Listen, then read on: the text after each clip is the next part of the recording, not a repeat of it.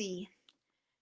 Should probably start calling these all in warrior tips at 10-ish because I'm just not a punctual person, but I'm here and I really didn't want to be here this morning, to be honest. Like I was had one of those mornings where I woke up and I was just overcome with this feeling of inadequacy and um, who are you to do this? Who are you to, just the list of things that goes down your head when you're feeling that way.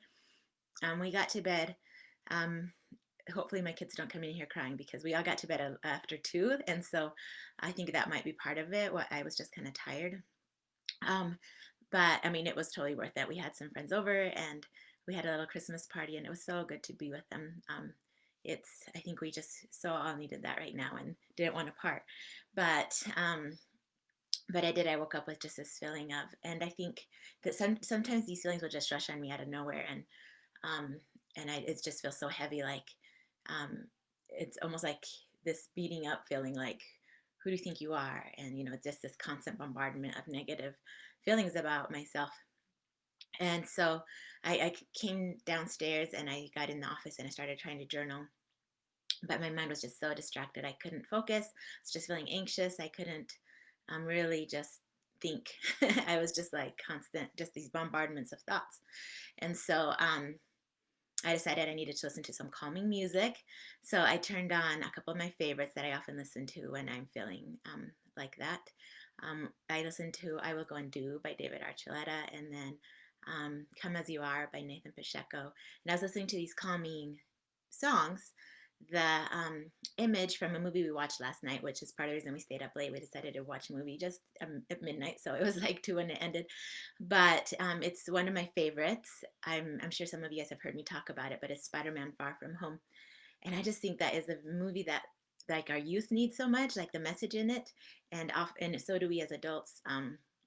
There's just so much there about like not wanting to rise up to who we are meant to be, not wanting to be to go into our superpowers. We all have superpowers. We all are heroes in our own way. We all have different skills, talents, gift sets, circumstances, relationships that just equip us with exactly what we need to make a difference in the world in our unique way.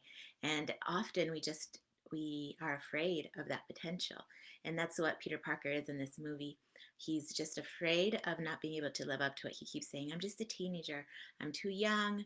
There's other people that are better qualified than I am to do this great task, to I just like to do the little things. I don't need to, do those big things you guys want me to do.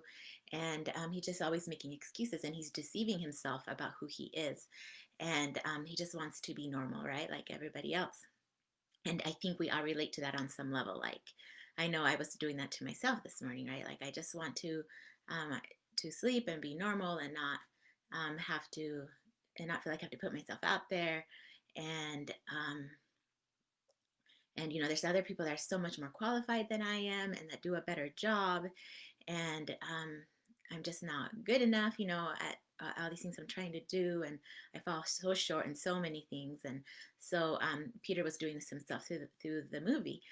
And you see because of that, that he is easily deceived. And so, um, and he's told this by the enemy, right? Like people will believe what they want to believe. Like if they want to be deceived, they're easily deceived, and we do that to ourselves and our potential. We're like we don't want to see it. We don't want to see it, partly because we are afraid that we won't live up to it, and partly because we're afraid of the responsibility. Like Peter was, he just wanted to have a good summer vacation and not think about responsibility.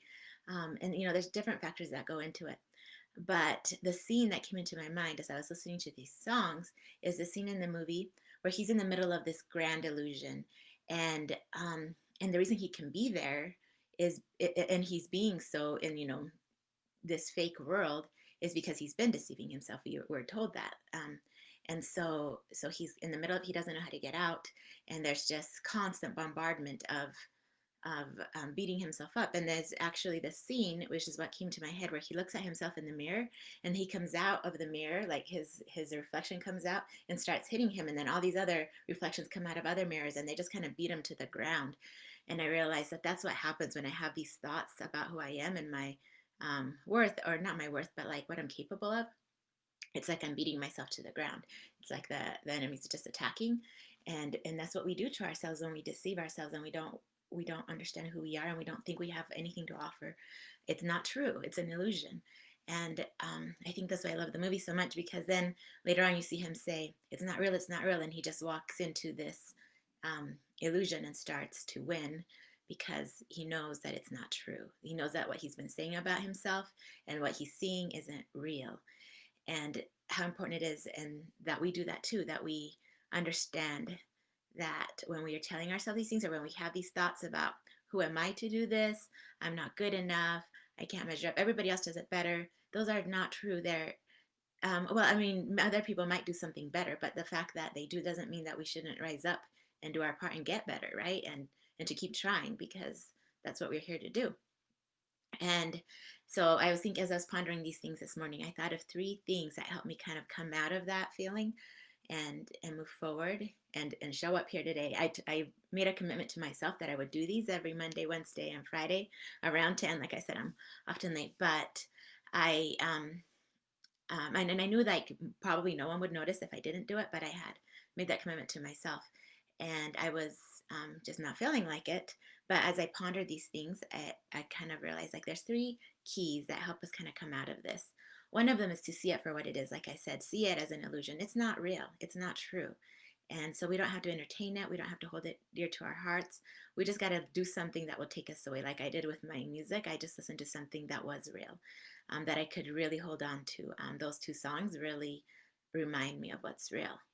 And so see it for what it is. That's something I learned from Spider Man. See it as an illusion. It's not real. It's not true. So let it go and do something that is true. Tell yourself things that are true. And that will help you. And for me, like I said, I couldn't tell myself those things at the time because I just wasn't in a mind frame where I could. But I could listen to somebody else that reminded me of these things. So that's why I listen to music. Um, and then number two is to, let me see, I wrote this down so I didn't forget it. And, um, oh, yeah, it's super important.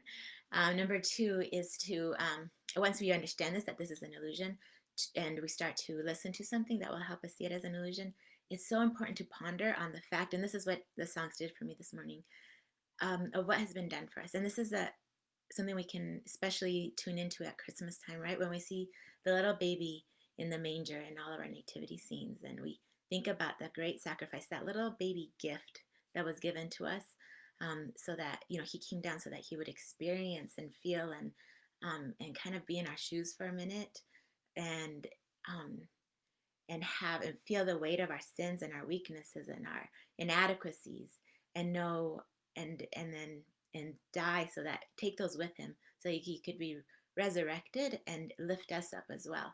And if someone is willing to do something like that for me, then I must have great worth, and I must have great potential, and he believes in me.